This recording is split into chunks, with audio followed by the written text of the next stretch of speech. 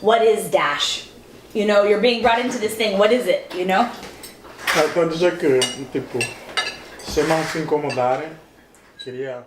So is that okay with you if I share with you kind of the long story of Dash and how we came to be and where we got to where we are?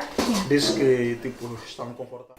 So my first job after college was at a place called CST, and they did mental health care for both refugees and asylum seekers. And during that time, my eyes were really opened to the differences between these two groups of people. I learned that these refugees, they would come to America, you know, paid for by the United Nations. When they got here, they would get a caseworker, they would have, you know, an apartment set up, they would have food stamps and all of these services. But asylum seekers, they would come into the office, they don't get any of that.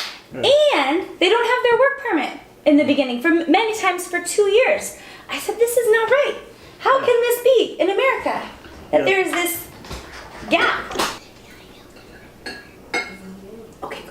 Many of them were doctors, lawyers, politicians, journalists in their countries, people who did something big enough to have the government want to persecute them for what they were doing.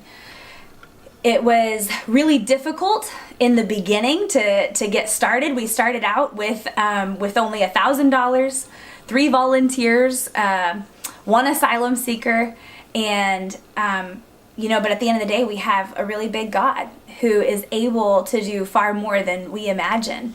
And so, you know, it started out small and kind of chaotic, and but step by step, we grew and got more organized.